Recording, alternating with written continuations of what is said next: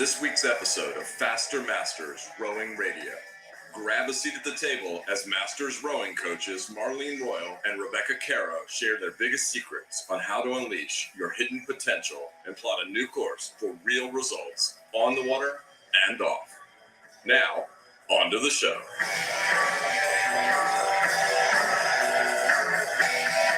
Hi, everybody, and welcome again, where today we are talking about doing your first ever race. I'm Rebecca Caro, and I'm joined by Marlene Royal. Hello, Rebecca, and hello to our Faster Masters Rowing Even Faster Radio. Now, not everybody likes racing or wants to race, and I was talking the other day with a club manager who said when we do a learn to row course at the beginning or in the couple of lessons in, I'll say, why did you want to learn to row? And then sometimes I'll follow that up with, are you interested in racing? And he said, generally, the why question, very few people answer because I want to race. And even at the end of a learn to row, very few people want to race. And yet, over time, most people at some point will try a race. Is that your experience? Yeah, I think so. I mean, I think once they're into it long enough that they feel capable technically, and if there's some other people at the club starting to go to races, it might pique their curiosity. Yeah. And I think trying it is a good way, obviously, of testing yourself. And that makes us feel vulnerable. And I think one of the reasons that many adults shy away from this is their desire not to feel vulnerable. You're like, oh, goodness. Well, I can't control this. Right. Well, right. Absolutely. I mean, and in some senses, you're on stage in a race and people are watching from the shore. And it doesn't mean that they're really looking at you, but there are eyes on you and you are, I always tell people, like, you're putting yourself out there and it doesn't matter what the situation is. It doesn't matter the outcome. The fact is you're there and you're putting yourself out there. And it's something, I think racing is very, very personal. And it's something that has to mean something to you. And that's number one. Yeah, that's a really interesting insight. So doing a race, and the reason we're talking about small boat races, so single sculls or pairs, is because as coaches, we know that you learn a whole load more about the sport of rowing by being in a small boat than being in a big boat. And you maybe learned in a quad or an 8 or doubles, but small boats expose everything. And you will acquire a lot more information and knowledge. Sadly, mostly it's going to be about your own shortcomings. That is a fact of your first race. For all of us, or our second race or third race too. Marlene, as a coach, what do you think people learn particularly from small boat rowing and training and racing? Well, I think when you're in a small boat, the boat acts. I mean, this is a little bit of a trite maybe saying we have in rowing, but the coach is the boat is your coach. And when you're rowing a pair and when you're rowing a single, the boat is very sensitive. It's going to react to whatever you do or don't do. And the boat will give you feedback, and you can sense that feedback, and you can get a sense of how well the boat is running on the recovery, how straight you're going. You can learn to steer because it's very sensitive from the point of view of any unequal pressure or steering or rowing from a point. So, rowing, you can row from a small boat. You can learn a lot of really delicate steps that you can take into a larger boat, into a 4, into a quad, into an 8.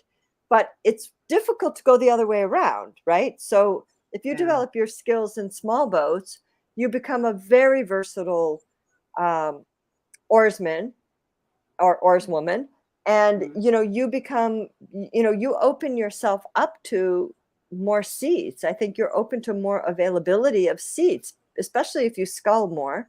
You can row port or starboard in a sweep boat. You can row a quad. You can row a double, so it's the foundation to build your skills.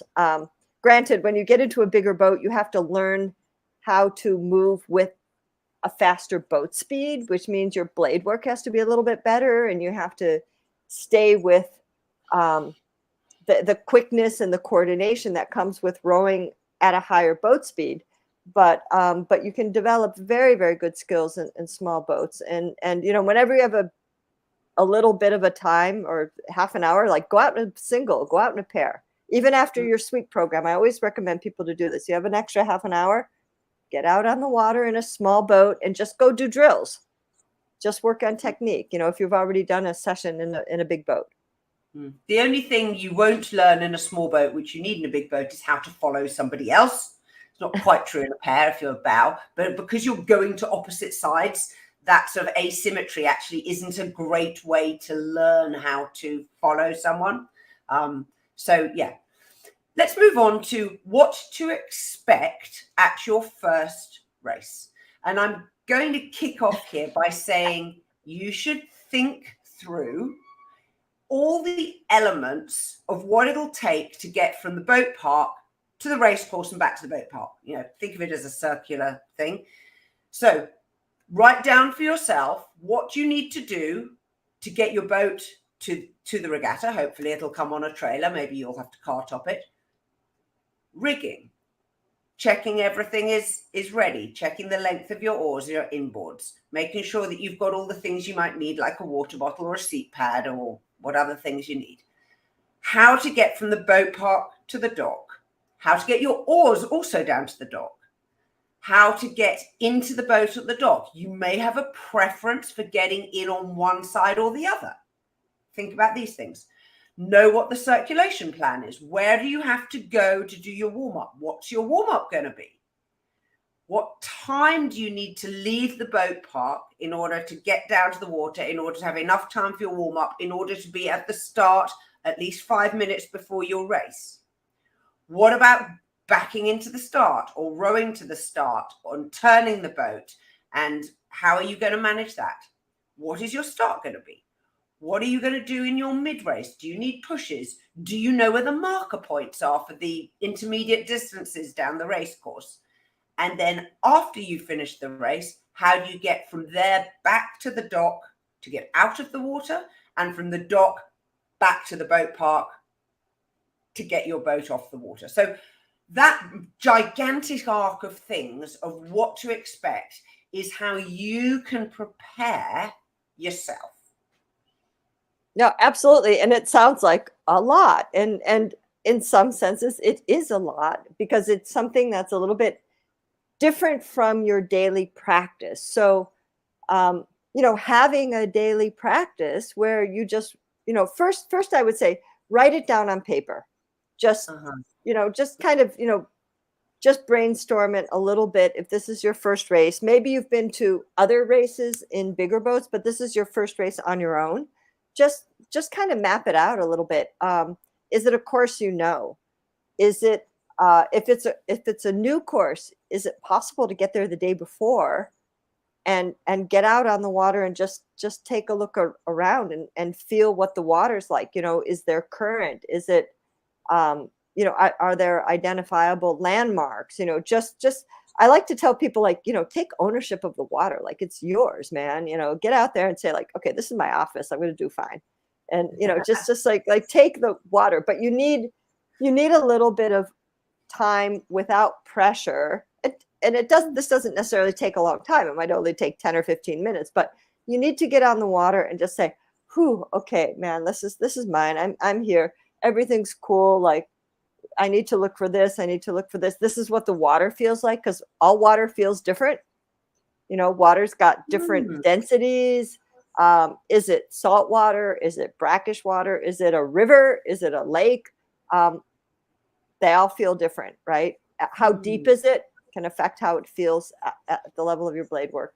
But just kind of like breathe it in a little bit. I think that's important. And if you've never launched from a dock, which some people do not because they launch from a beach, try to practice it beforehand or watch some great Faster Masters videos on YouTube how to do that. Because that is different from some people. Some people beach launch and a dock is not familiar to them. And the converse, if you're not used to boating into a stream, always boat with your bows pointing into the stream, into the wind. Even if that's not the direction you want to go in, it's safer.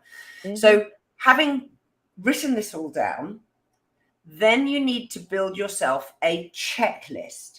So checklists are your friend on race day. All sorts of things you forget because there's a lot of distractions and pressures and excitements and a bit of adrenaline. You will be pumping a bit. So a checklist is a really handy way of making sure you don't forget anything. So start with your checklist. What do I need to pack? Start then with your checklist. What am I going to take with me in the boat? Add to your checklist timings once you know the time of your race. So what time do you want to get to your boat, and lift it up and start to walk it down to the dock? Do you need help with that? Can you carry your boat on your own, or would you like a helper? And let me say that when we go to regattas, we always have helpers, no matter how experienced you are.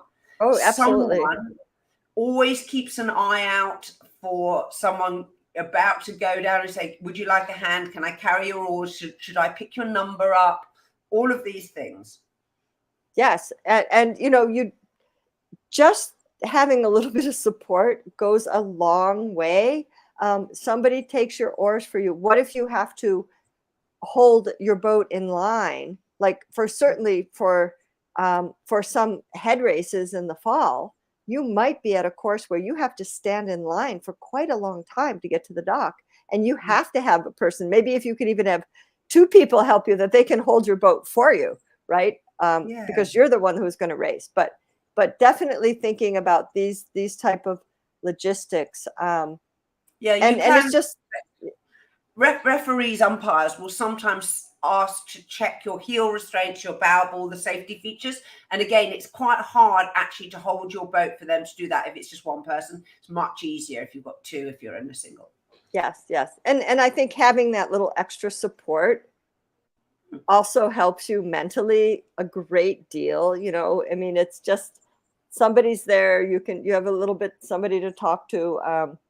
And I think that's really helpful, especially if like this is your first race, and like it's a big deal. I mean, it's like super exciting. It's absolutely thrilling to go. We have a joke. We call it type 2 fun, right? So type 2 fun is like when it's like, oh my God, it's so hard when you're doing it, but after you finish it, it's like great to talk about. Kind of thing. Yeah, exactly. What's type 1 fun? It's fun while you're doing it, is it? I don't know. I don't know. I learned this from young people at Craftsbury because I'm too much of a fossil. So I don't know. When it comes to talking about it afterwards, do have a think about whether you want your family there.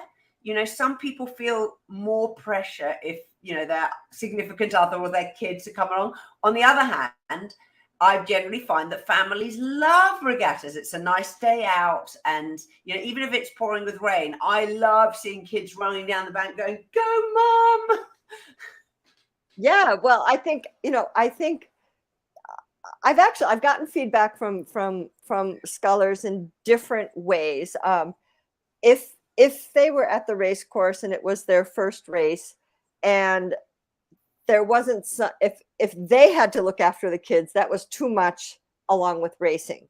But if their husband's with them or their wife is with them or their partner's with them and they're looking after the kids, it can be like, really exciting to have the kids there. And that becomes something for the entire family to look forward to. Like, Mommy's going to race. We get to go here, and I think taking a regatta situation and turning it into an event that either you can go with your partner, you can go with your family, and have some fun, stay an extra day or arrive a day before and have some extra fun makes it a whole lot easier to go to regattas and enjoy yourself. So we've talked now about what to expect. Now we're going to talk about what will actually happen. Go on, Marlene. You've got to kick this one off. Oh, boy. Oh, God. What can actually happen? Well, plan for the unplanned. You might be lucky and everything goes according to plan, but usually that is absolutely not the case with races. And we always say plan the unexpected. So what will actually happen? You might think you had your warm up perfect, but then you finish your warm up and you've got like too much time, or you don't have enough time.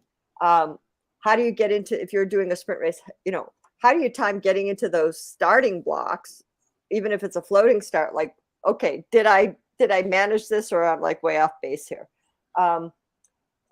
Did you go straight? Steering is usually what will actually happen. Like, okay, what direction did you go? And did somebody, like, your steering might be perfect, but what about the person next to you? Maybe they rode right into you and you clashed oars. How did you manage that? How did you? I think it's really important to have a plan. Like, if you have interference or you overlap with somebody, do you have a plan for getting your head back in the race and getting back up to speed? I think that's something that's definitely worth including in your practices. Like, for example, I tell people, like, do a flying start. If something happens that you come to a stop, or you're really slowed down, can you integrate a moving start or a flying start to get your boat speed back up and get into your rhythm again? I think that's something really valuable to practice. You can't control what other people are going to do, and it might just be great fun. Who knows? So. Yeah, learn to laugh at it. Laughing relaxes you, but as you say, you can't control what other people are doing. And also, if it really all becomes extremely challenging and you find that all the things you thought you'd learned are suddenly you've flown out of the window and you appear not to be able to do them, just laugh. Get through it in the best way you can. If you come off your seat, I was filming at a little local regatta called the Retro Regatta. And in the last race, there were two of our club novices side by side in adjacent boats. It was one of those regattas where they put you into crews on the day. And it was cool. It was a man, a woman, a novice, and someone who was reasonably new to the sport in a coxswain. Oh, that's great. Thought, this will be fun. Look, we have the guys there, and I'm sitting on a park bench, and I've got my camera. And when they did eventually start, I thought, one of them's rowing extremely odd. He appears to be like bobbing vertically up and down. I was like, it's really odd. And I found after he'd come off his seat entirely. The seat had wedged, and he was trying to keep going because he was the stroke, and everyone was, all of those pressures, and it had never happened to him before. Well, to be honest with you, I was thinking in terms of my first race. I was thinking in terms of my first singles race, which happened to be a head race. But my very, very first ever rowing race was in a coxed 4 as a junior, racing at St. Catharines. And I was stroking the boat, and I did come off my seat, and I did row the entire race without my seat. And in those days, it was awful.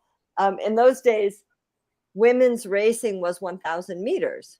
This was because it was before 1984. And in 1984, the women's distance changed to 2,000 meters, international distance.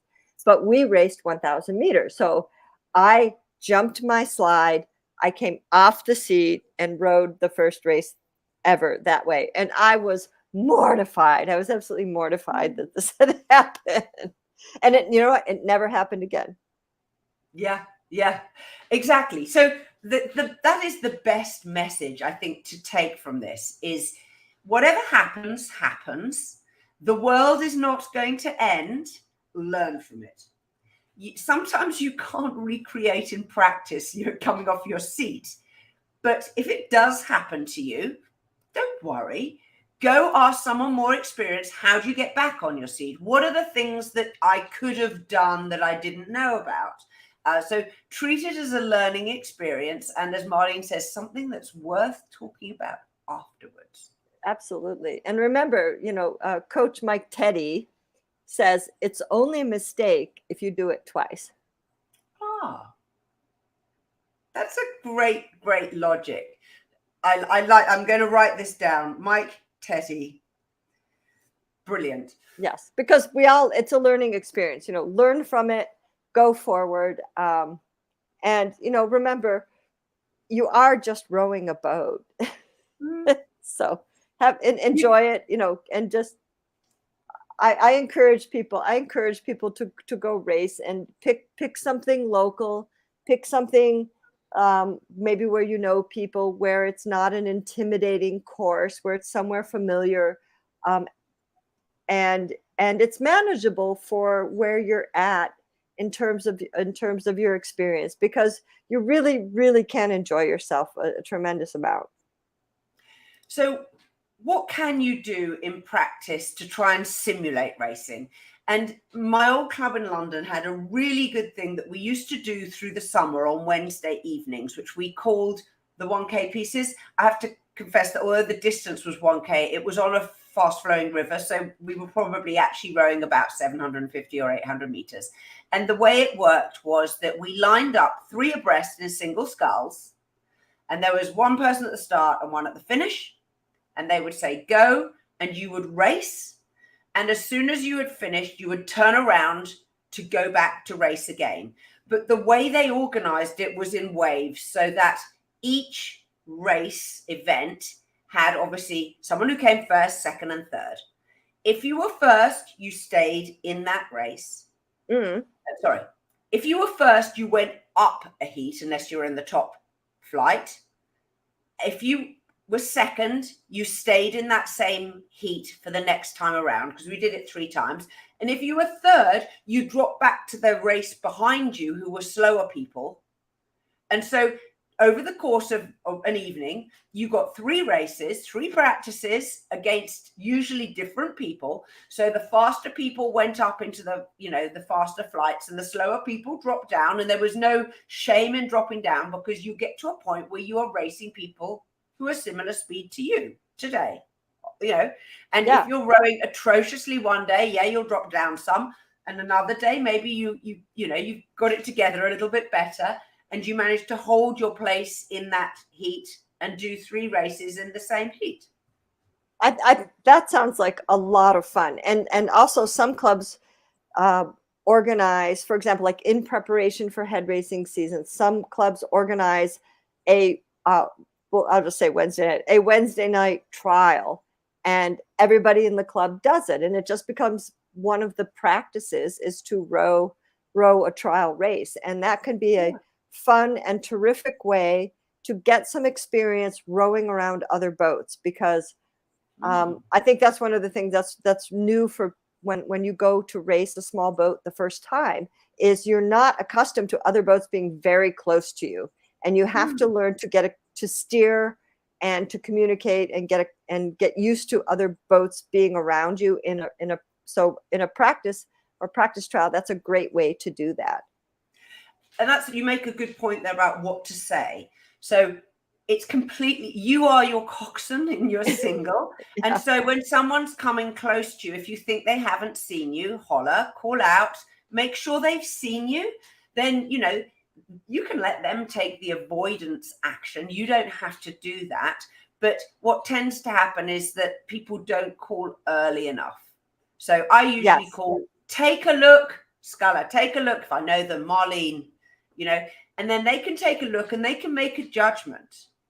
Because sometimes when you're on a 3 abreast race, if you're the middle person, you can get squeezed by the 2 people on the other side, and you have nowhere to go except to stop. And you don't want to stop.